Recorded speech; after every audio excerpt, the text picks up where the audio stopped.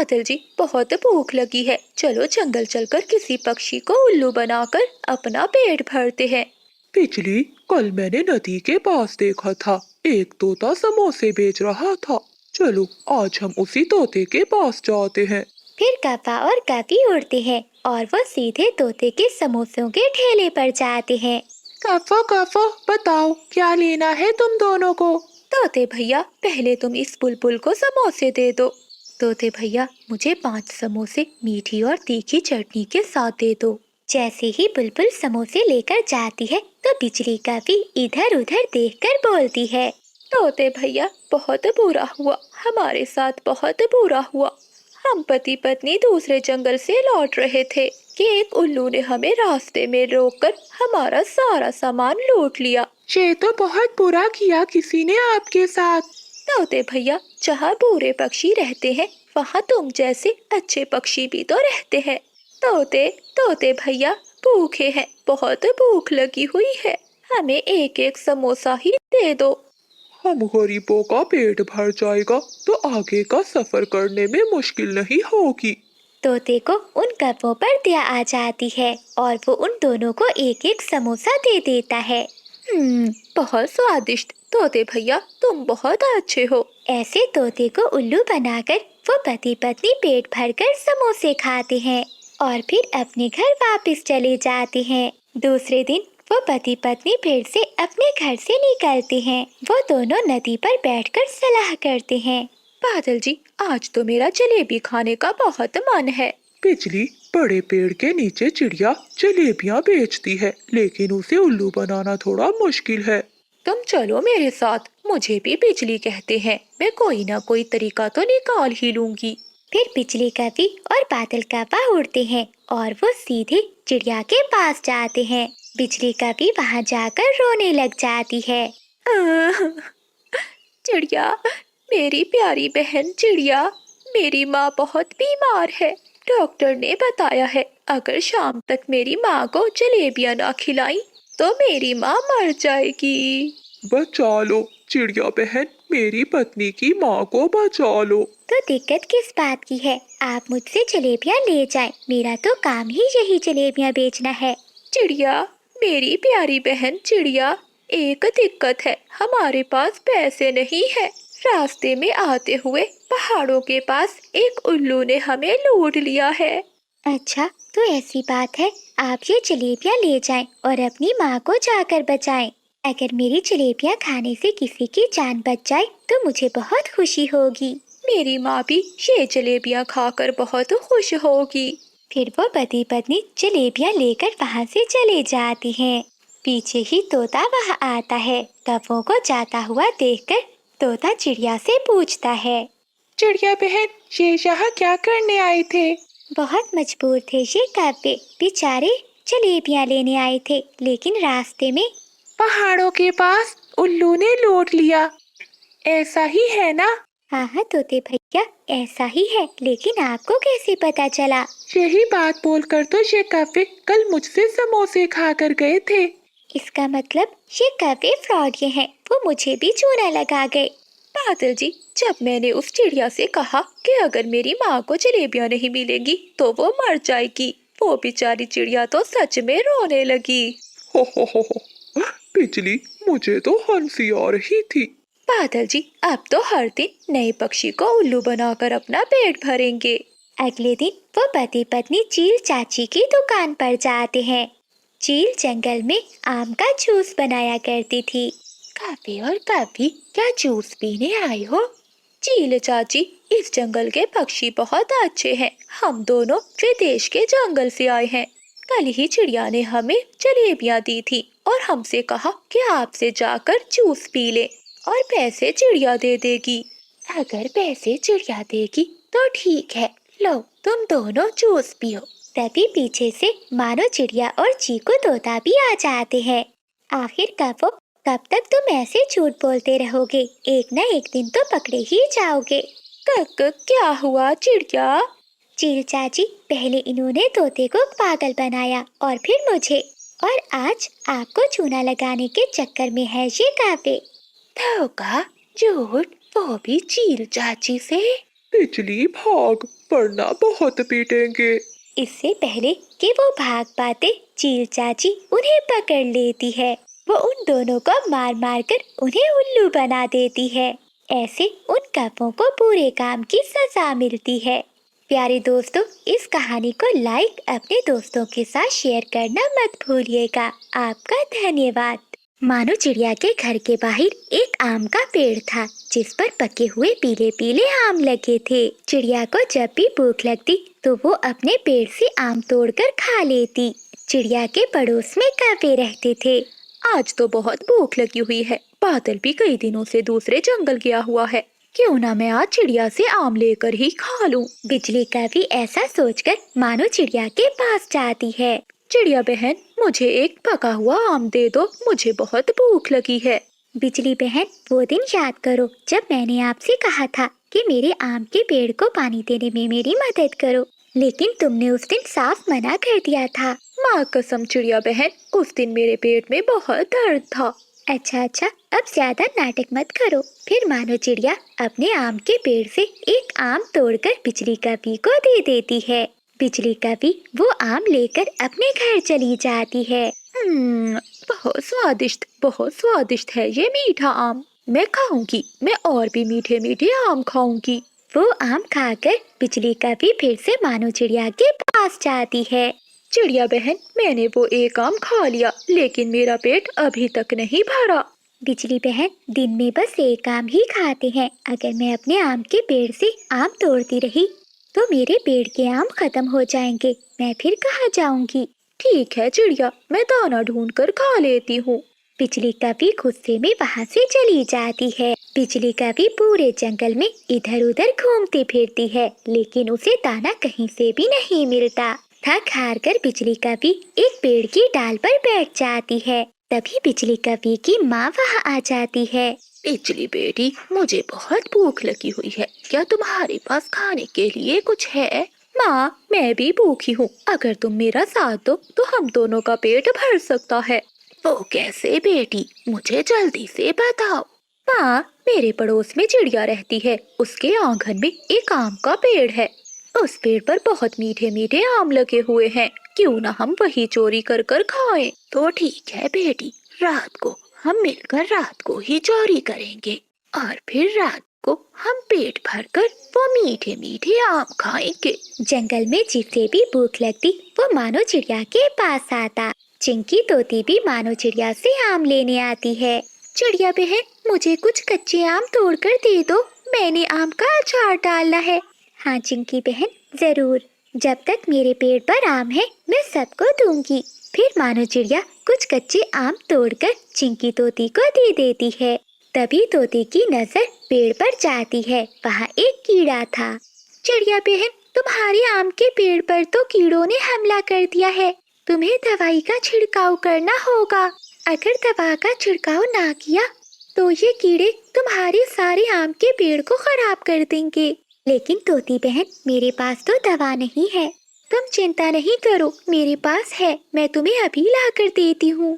फिर चिंकी तोती अपने घर जाती है और वो कीड़े मारने की दवा ले आती है। फिर मानो चिड़िया उस दवा का छिड़काव अपने पेड़ पर कर देती है।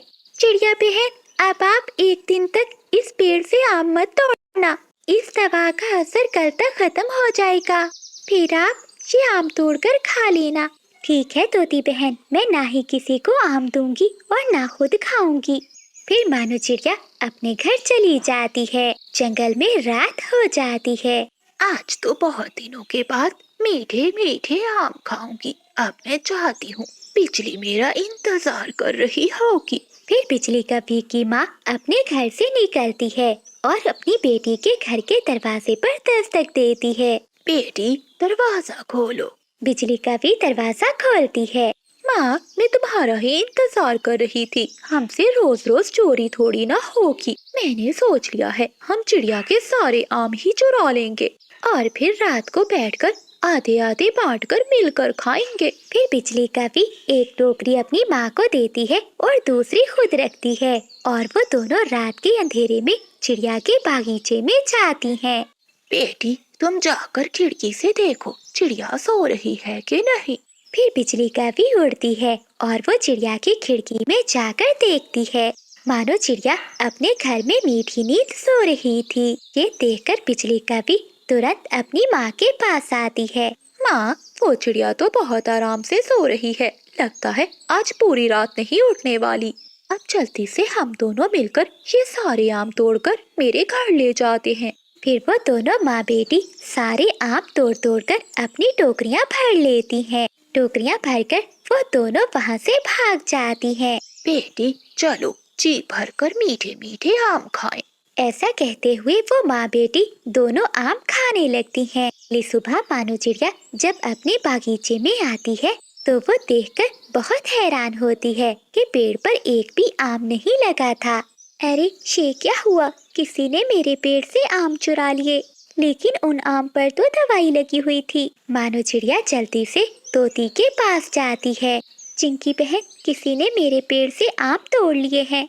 जिसने भी वो आम चुराए हैं अगर खा लिए तो वो मर जाएगा। चिड़िया बहन, जल्दी से पता करना होगा। फिर मानो चिड़िया और चिंकी तोती जाती हैं। जब वो कौवों के घर के पास से गुजर रही थी तो घर के बाहर एक आम पड़ा हुआ था। वो देखकर तुरंत घर के अंदर जाती हैं। वो माँ बेटी तो बेहोश पड़ी थी। मानो चिड़िया जल्दी से बुलबुल डॉक्टर को लेकर आती है। बुलबुल डॉक्टर उन माँ बेटी को दवा पिलाती है।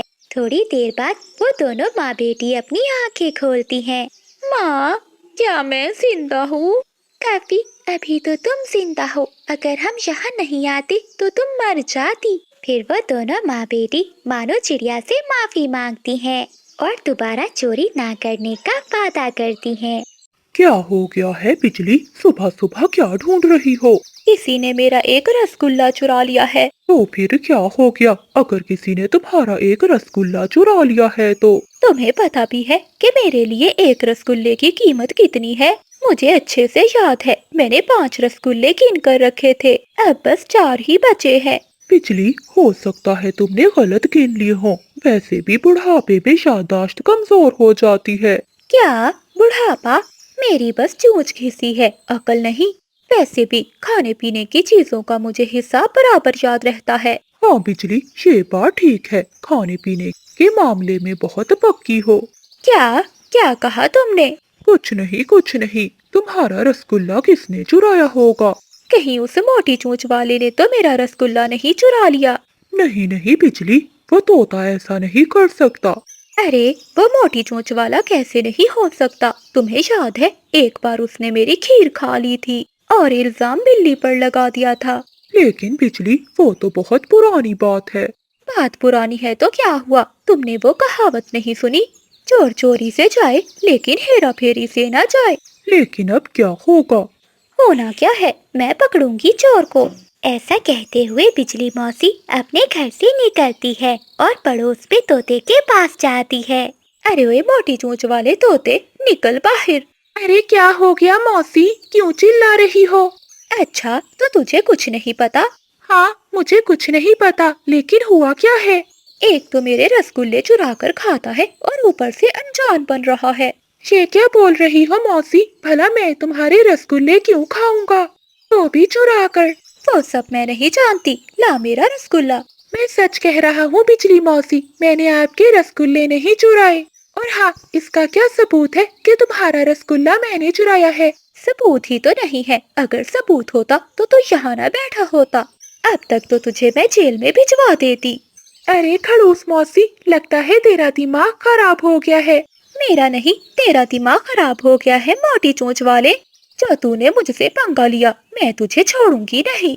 इतना बोलकर बिजली मौसी वहाँ से चली जाती है। मुझे इस कपी मौसी से बचकर रहना होगा।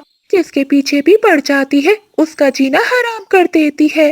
क्या हुआ बिजली, मिला तुम्हारा रसगुल्ला? अरे गधे की पूंछ, अगर मिलता तो मैं यहाँ क्या खाली पंख खाती? तो वो मैं तो ऐसे ही पूछ रहा था। चुप कर जा, अगर चोर मुझे मिल जाता तो मैं उसके टांगे तोड़ देती। ऐसे ही कुछ दिन बीत जाते हैं। बहुत दिन हो गए खीर खाए हुए। आज तो बिल्ली मौसी ने भी दूध नहीं पिया। क्यों ना बचे हुए दूध की खीर बना लूं। हाँ, ये बढ़िया रहेगा। ऐसा सोचते हुए बिजली कभी रसोई में जाकर खीर बनाने लगती है। वाह वाह, कितनी स्वादिष्ट खुशबू आ रही है। कितने दिन हो गए थे खीर खाए हुए। रोज तो ये बिल्ली दूध पी जाती है, आज तो मैं मजे मजे से खीर खा कर रहूंगी। बिजली मौसी अपनी रसोई में खीर बना रही थी, तभी बाहर से एक भिखारन चिड़िया गुजरती है। अरे वाह, कितनी अच्छी खुशबू आ रही है। लगता है कपी मौसी खीर बना रही है। अरे अंदर है कोई? मैंने 2 दिनों से कुछ नहीं खाया। क्या मुझे कुछ खाने को मिलेगा ऊपर वाले के नाम पर? तभी बिजली मौसी बाहर आती है। अरे इतना गला क्यों फाड़ रही है? कुछ खाने को मिल जाएगा क्या मौसी? मैंने 2 दिनों से कुछ नहीं खाया। कुछ नहीं है मेरे पास, जा जा आगे जा। परंतु मौसी, तुम्हारे घर से तो खीर की बहुत अच्छी खुशबू आ रही है। अगर मुझे थोड़ी सी खीर मिल जाती तो मेरा भी पेट भर जाता। अरे ओ भिखारन, वो खीर मैंने अपने लिए बनाई है, ना कि तेरे लिए। वैसे भी इतनी स्वादिष्ट खीर मैं किसी को नहीं देने वाली। चल भाग यहाँ से। लगता है ये मौसी मुझे कुछ भी नहीं देने वाली। मेरा यहाँ से जाना ही ठीक होगा, वरना ये मौसी मुझे मारेगी। फिर भिखारन चिड़िया वहाँ से चली जाती है। देखो तो, है भिखारन और सपने देख रही है खीर खाने के। फिर बिजली मौसी रसोई में वापस आ जाती है। अच्छा ही हुआ मैंने उस भिखारन को भगा दिया, वरना हर रोज मेरे दरवाजे पर भीख मांगने आ जाती। अरे वाह बिजली, खीर बना रही हो? हाँ हाँ, बस अपने लिए। क्यों, मुझे नहीं दोगी? नहीं नहीं, मैं ये बस अपने लिए बना रही हूँ, तुझे क्या, मैं किसी को नहीं दूंगी। चल अब जा यहाँ से, मेरी खीर को नजर न लगा देना। बिजली, मैंने सुना है अकेले अकेले खाने से पेट में दर्द हो जाता है। पेट के दर्द का तो पता नहीं, लेकिन तुम मेरे सर में बहुत दर्द कर रहे हो। अब जाओ यहाँ से, वरना मैं करती हूँ तुम्हारे पेट में दर्द। रुको रुको, मैं जा रहा हूँ। फिर बादल कौवा वहाँ से चला जाता है और बिजली मौसी फिर से खीर बनाने लगती है। थोड़ी देर बाद चीकू तोता बिजली मौसी के घर आता है। बिजली मौसी, कहाँ हो तुम? अब ये कौन मर गया, कोई भी चैन से मुझे खीर नहीं बनाने देता। बिजली मौसी गुस्से में घर से बाहर आती है। मौसी, क्या बना रही हो? बहुत अच्छी खुशबू आ रही है। कुछ भी बनाओ, तुझे क्या। ऐसी बातें क्यों कर रही हो मौसी? खुशबू से ऐसे लग रहा है कि तुम खीर बना रही हो। अरे वाह मोटी चोंच वाले, तेरी नाक तो कुत्ते से भी तेज है। और हो भी क्यों ना, तू उन्हीं का तो रिश्तेदार है। तोते को बिजली मौसी की ये बात सुनकर बहुत गुस्सा आता है, लेकिन वो चुप हो जाता है। मौसी, तुम भी ना बूढ़ी हो गई हो, लेकिन मजाक की आदत नहीं जाती। अरे बुढ़िया किसे बोल रहा है, बुढ़िया होगी तेरी माँ। अच्छा मजाक कर लेती हो मौसी। कोई कितना बेशर्म कैसे हो सकता है तोते। क्या, मैं कुछ समझा नहीं।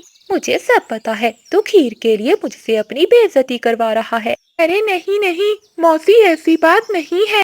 ऐसी ही बात है, चल भाग यहाँ से। मैं तुझे खीर खाने को क्या, देखने को भी नहीं देने वाली। बस बहुत हो गया मौसी, तुम भी मेरी बात। छोटे, यहाँ से चले, जहाँ हमारी इज्जत नहीं, इस घर पे रहने का कोई फायदा नहीं। उदास होकर भोला कौवा अपनी माँ को लेकर वहाँ से चला जाता है। फिर बादल कौवा भी अपने घर में चला जाता है। रात होते ही जंगल में तेज